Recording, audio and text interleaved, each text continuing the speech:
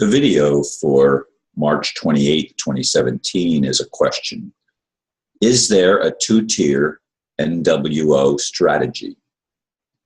My friend Aristo sent me a couple of videos that suggest the cabal actually has a two-tier strategy to maintain control of the world, a right-hand and a left-hand plan. Of course, they look opposite, though they are, in reality, merely two colors of the same thing, a control grid. They come from a website named redefininggod.com. As I see it, the premise is that the so-called elite are merely moving their control grid from the west to the east. I'm sure that is what they would like to do. However, I don't buy it. If it were true, Earth is hell, there is no God, and the devil is and will remain in charge of planet Earth. While I am certain they would like to simply move their grid from the Euro-American axis to an Asian-Russian axis, I do not think they will be able to pull it off. I still think the non-communist Chinese elders and the Russian bear have other ideas. BRICS is a movement away from the Illuminati, not simply a replacement for it. At least that is how I see it. Indeed, I know Aristo likes to think outside the box and he likes to challenge me. And certainly the suggestion that this whole thing that's going on Earth, this unfolding of a political, economic drama, doesn't have any spiritual reality. I don't know if that's what Aristo is saying, that it doesn't have a spiritual reality. But if the spiritual reality is that the devil remains in control of planet Earth, then I've lived my whole life in vain, and there is no true loving God. The only God there is a demon, a devil, a malignant, malevolent being who is afflicted with the same disease humanity has been afflicted with, and that is a duplicity where we don't have singleness of mind, where we're unable to love, where we're confused, where we exist in a reality that is irrational, illogical, and even insane. And I don't want to be participant. If I had a choice, I would choose not to participate in such a heinous crime against life as what I've seen and experienced on Earth and witnessed other people experiencing, more so than myself. I mean, certainly there are people that in so-called third world countries that have experienced far more suffering than we've had to do here in America. I can't imagine living in a war zone where your homes are destroyed, your children are killed. I just can't imagine the horror and the terror that I know people on this planet have to deal with and have had to deal with. And it's no wonder in that respect that some of these people get very angry. And I would be very angry too if everything were just to continue with a charade of making peace, but it's not real peace. It's just another control grid operating from a different angle that is put in place to deceive and to redirect human energy slightly, only slightly, so that the same power mongers could continue their charade. It's not even a charade anymore. It's an obvious plan of domination.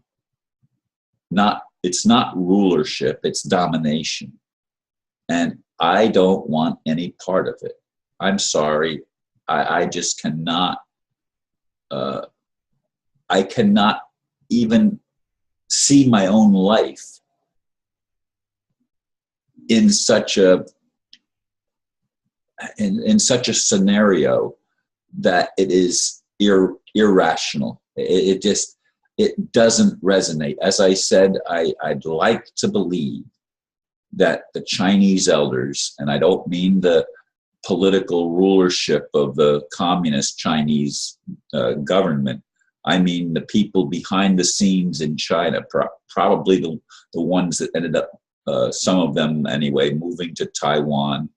I'd like to believe that they are benevolent beings and have always had a good purpose in mind. I know the establishment tried to establish communism in Russia and did establish it in Russia and China, and would like to establish whatever that is all over the world, but it's not a communal system. Anastasia teaches a communal system where everyone it goes back to the land in a sense and learns how to live in cooperation and unity with life instead of always in opposition to life. The Western mentality is very different than that part anyway of the Eastern mentality that the Anastasia books, the 9 books that I have, and there was a 10th book, reveal. And as Edgar Cayce said, it was out of Russia that would come the hope of the world, not out of the United States. It's not the communism, it's not the Bolshevik, but it's returning back to the roots that that Romans tried to usurp and turn around, putting churches and stuff in Russia and creating the Russian Orthodox Church with their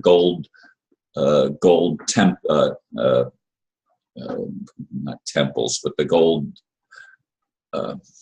what do you call them? the domes and stuff, all gold plated and stuff. I mean, this is all BS. This is not something that liberates humanity. Humanity needs to be liberated. How long will that take? We had a discussion last night, and my friend Steve recorded it, and I haven't seen the recording yet, but we're probably going to put up a couple of videos of that, one with my talk, which is maybe 20 or 25 minutes long, and then another one that included questions from people that were there, and it was a very good exchange. In any case, though, I truly hope that the world is on a course to right some of the wrongs and to shift some of the energy away from the domination and control grid of Rome, London, and Washington, and move it into a more free and open society where people are allowed to be themselves and to learn their lessons, but without hurting other people on purpose. And if they hurt other people, they are punished for the crimes that they commit against others. Again, my liberty ends where the next person's begins, or my freedom ends there. And so does everybody else's. I don't have the right to hurt another purposefully, as the Cabal has done, as the Illuminati has done. And I'm hoping that we are really in a positive shift, a positive change towards something better. And I hope this Redefining God website is totally wrong in what they're putting forth, that it's just a charade that's being done by the same evil beings that are going to remain in control of Earth and just deceive us all. We've been deceived long enough. It's time for us to know the truth and become free. Anyway, that's how I see it, and I'm sure there will be others that see it differently, and it'll be interesting to see what Aristo and I talk about, or what Aristo talks about in the next video that we make together, which will probably take place also later this week. Thank you for listening, and namaste.